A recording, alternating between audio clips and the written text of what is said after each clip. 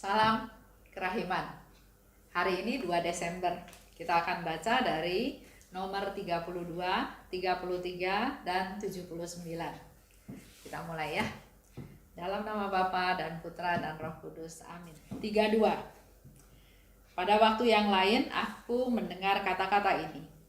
Pergilah kepada muda superior dan mintalah kepadanya untuk mengizinkan engkau setiap hari melakukan adorasi selama 9 hari. Selama adorasi ini, cobalah menyatukan dirimu dalam doa dengan bundaku. Berdoalah dengan segenap hatimu dalam kesatuan dengan Maria, dan berusahalah juga dalam waktu ini melaksanakan jalan salib. Aku mendapat izin meskipun tidak untuk 1 jam penuh, tetapi hanya selama waktu luang yang aku miliki sesudah aku melaksanakan tugas-tugasku. 33. Novena itu harus kulaksanakan dengan wujud untuk tanah airku. Pada hari ke-7 novena itu, aku melihat Bunda Allah mengenakan pakaian yang cemerlang di antara surga dan bumi. Ia sedang berdoa dengan tangan terkatup di dada dan matanya menatap ke surga. Dari hatinya terpancar sinar yang berapi-api, sebagian terpancar menuju ke surga, sedangkan sebagian yang lain menyelubungi negara kami. 79. Oh Maria, bundaku dan ratuku, aku mempersembahkan kepadamu jiwa dan ragaku, hidup dan matiku, dan semua yang akan terjadi sesudah kematianku. Ke dalam tanganmu aku menyerahkan semuanya. Oh bundaku, naungilah jiwaku dengan mantel sucimu, dan mohonlah bagiku rahmat kesucian hati, jiwa, dan raga. Dengan kekuatanmu, lindungilah aku terhadap semua musuh, khususnya terhadap mereka yang menyembunyikan kejahatan mereka di balik topeng keutamaan. Oh bakung nan indah, oh bundaku, bagiku engkau adalah suatu cermin. Dikatakan oleh Yesus, pergilah ke muda superior, minta izin untuk adorasi selama 9 hari. Yesus mengajar Suster Faustina untuk taat pada aturan, walaupun adorasi sesuatu perbuatan baik ya, tapi harus minta izin kepada muda superior. Ini melatih ketaatan. Enggak bisa seenaknya sendiri, semaunya sendiri. Dan di sana Yesus juga minta supaya coba menyatukan diri dalam doa dengan Bunda Maria, bundaku. Jadi Yesus memberi arahan lebih detail lagi kepada Suster Faustina untuk menyatukan diri dengan bundaku. Berdoalah dengan segenap hatimu dalam kesatuan dengan Maria. Bukan doa asal-asalan ya, tapi dipersiapkan sedemikian rupa karena Yesus katakan berdoalah dengan segenap hatimu. Berusahalah melakukan jalan salib. Apa yang dituntun atau yang diminta oleh Yesus itu dengan sangat detail dan jelas. Begitu pula dalam hidup kita sehari-hari, sebetulnya Yesus Tuhan memberikan arahan dengan jelas kepada kita, dan tugas kita adalah melakukannya ya. Dan kemudian Suster Faustina mendapat izin dari muda superior, tapi bukan 1 jam. Kita biasa adorasi ya 1 jam. Adorasi itu ada yang 1 jam, ada yang 30 menit, ada yang 10 menit, ada yang 5 menit ya. Tergantung dari waktu yang mau ditentukan.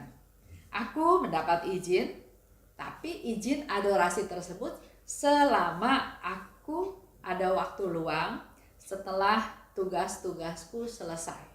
Jadi tetap harus mengutamakan tugas dia sehari-hari, apa yang harus dilakukan, apa yang harus dikerjakan.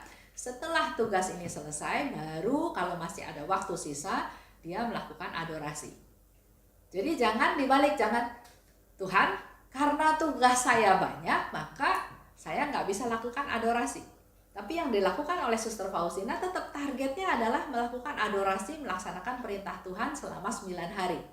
Tapi karena Mudar menentukan tugas-tugasmu harus selesai, otomatis Suster Faustina melakukan suatu strategi.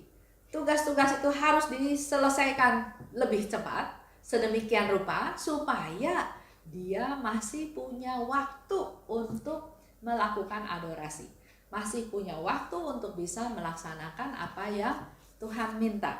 Nah, bandingkan dengan cerita seorang ibu ya. Ini yang berkeluh kesah suaminya. Dia bilang begini, Esther, istri saya sekarang tiap hari kerjanya berdoa aja. Pagi, siang, sore, malam berdoa aja. Ya terus saya bilang, bagus dong, istri kamu berdoa. Bagus, tapi masalahnya dia melupakan semua urusan rumah tangga. Tugas dia sebagai istri, tugas dia sebagai ibu, tugas dia sebagai ibu rumah tangga, mengurus aktivitas rumah tangga. Yang dia lakukan hanya berdoa. Dia nggak ke pasar, dia nggak cuci baju, dia nggak masak, dia nggak setrika baju, dia nggak siapin makanan, pokoknya waktunya habis buat berdoa.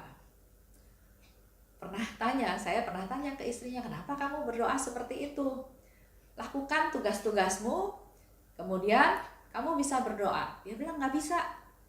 Saya diminta untuk berdoa. Satu hari itu berdoa terus sampai dia nggak punya waktu untuk mengerjakan hal yang lain. Dia bilang dia mendapat pencerahan ya. Saya cuma bilang sederhana aja.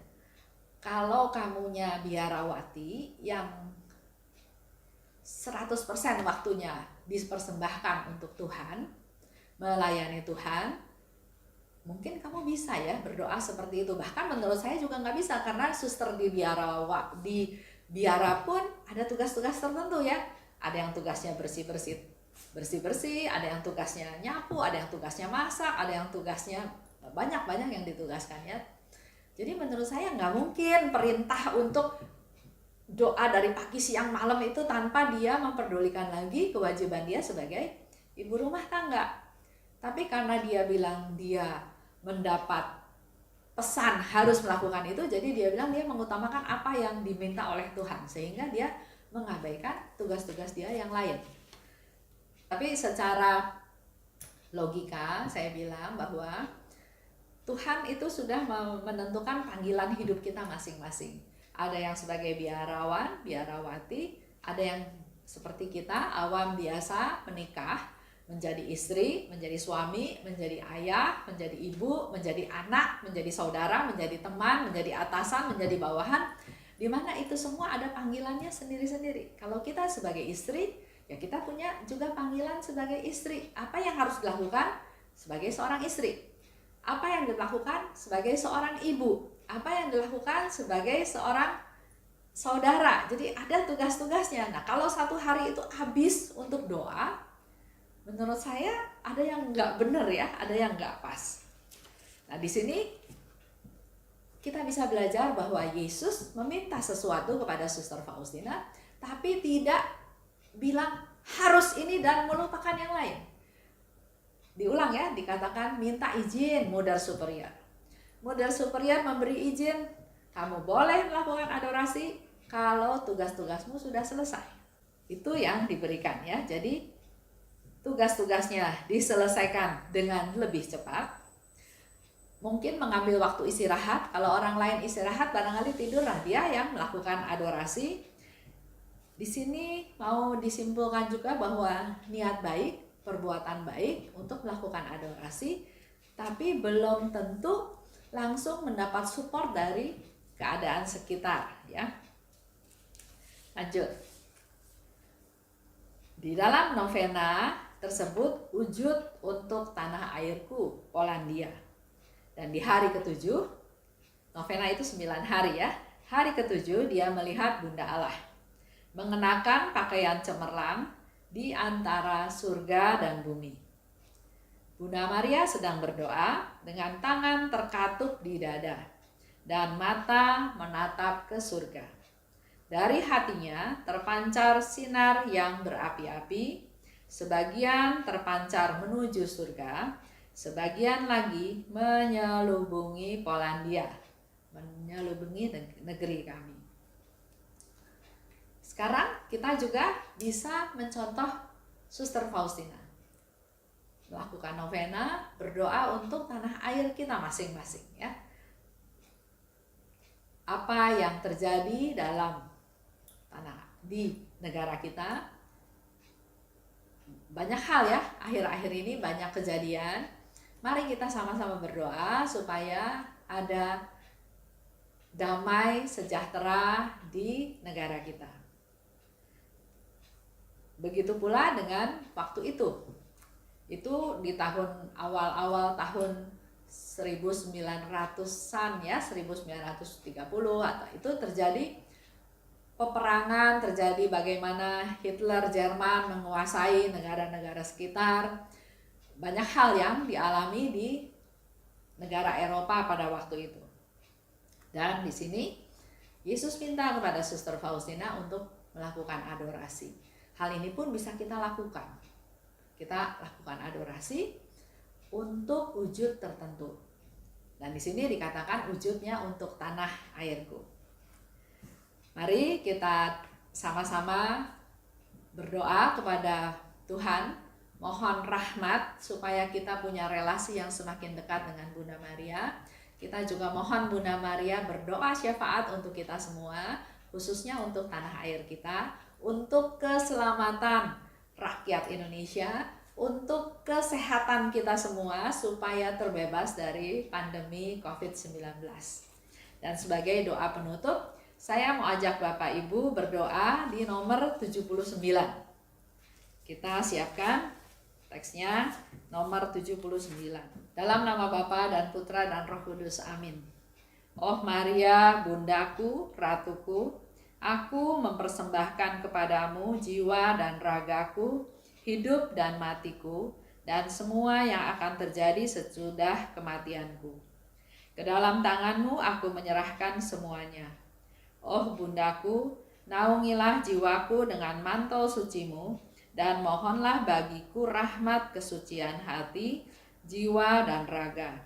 Dengan kekuatanmu, lindungilah aku terhadap semua musuh, khususnya terhadap mereka yang menyembunyikan kejahatan mereka di balik topeng keutamaan. Oh bakung nan indah, oh Bundaku, bagiku engkau adalah suatu cermin. Bunda Maria, terimalah salam kami. Salam Maria, penuh rahmat, Tuhan sertamu, terpujilah engkau di antara wanita dan terpujilah buah tubuhmu Yesus. Santa Maria, Bunda Allah, doakanlah kami yang berdosa ini sekarang dan waktu kami mati. Amin. Dalam nama Bapa dan Putra dan Roh Kudus, amin. Salam kerahiman.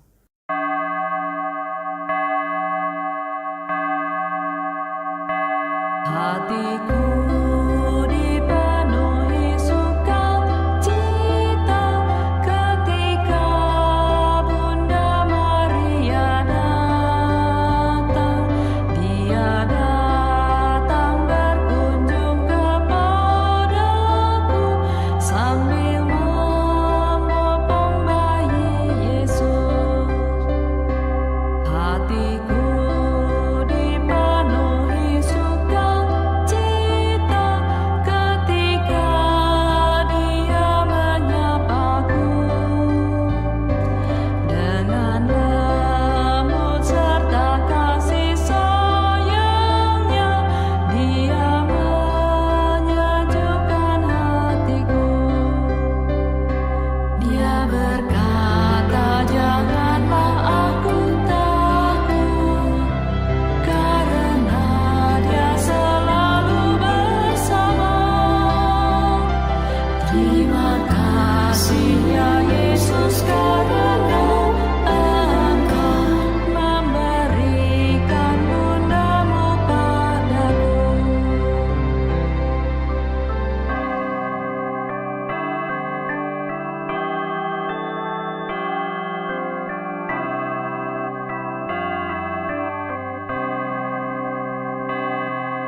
hatiku